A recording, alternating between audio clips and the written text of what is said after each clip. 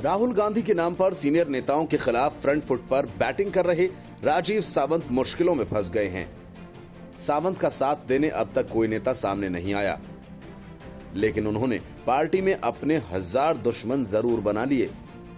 लोकसभा चुनावों में मिली हार की समीक्षा के नाम पर सावंत ने मनमोहन सिंह कैबिनेट के खिलाफ ही मोर्चा खोल दिया। हालांकि उनका इरादा ऐसा करके राहुल गांधी को हार की जवाबदेही से आजाद कराने का था और सारा ठीकरा यूपीए सरकार पर फोड़ने का था।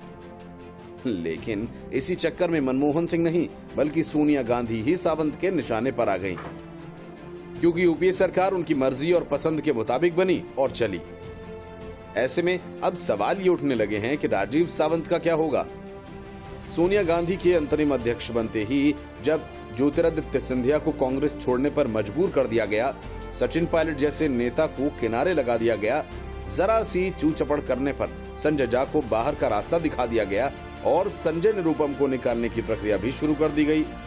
ऐसे में राजीव सावंत के साथ अब क्या होगा, इसका अंदाजा लगाया जा सकता है। वैसे भी सिंधिया और पायलट को छोड़िए, संजय निरुपम की सियासी हैसियत के बराबर भी राजीव सावंत कहीं नहीं टिकते।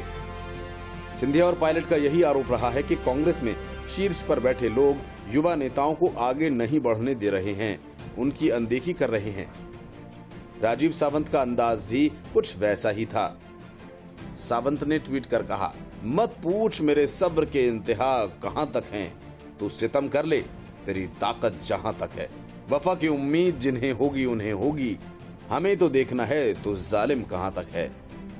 राजीव सावंत किस सब की इंतहा की बात कर रहे हैं? क्या यही सब्र सिंधिया और पायलट नहीं रख पाए? क्या सावंत के सब्र का बांध भी टूटने लगा है? राहुल गांधी की कोर टीम के सदस्य सावंत इस वक्त गुजरात कांग्रेस के प्रभारी हैं और राज्यसभा के सांसद। सावंत ने जिस तरह से पार्टी के बुजुर्ग खेमे से सीधे बैर मोल ले लिया, यूपीए सरकार में मंत्री रहे मनीष तिवारी ने तो बाकायदा ट्वीट कर सावंत को दिग्भ्रमित नेताओं की श्रेणी में डाल दिया। मनीष ने ट्वीट किया, बीजेपी 2004 से 2014 तक 10 साल तक सत्ता से बाहर रही, लेकिन उन्होंने उस समय की हालत के लिए कभी अटल बिहारी वाजपेयी या उनकी सरकार को जिम्मेदार नहीं ठहराया। कांग्रेस में दुर्भाग्य से कुछ दिग्भ्रमित लोग एनडीए और बीजेपी से लड़ने की बजाय डॉक्टर मनमोहन सिंह की सरकार पर छींटाकशी कर रहे हैं।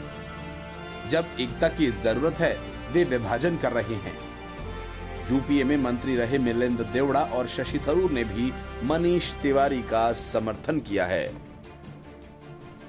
Bureau report, news of India.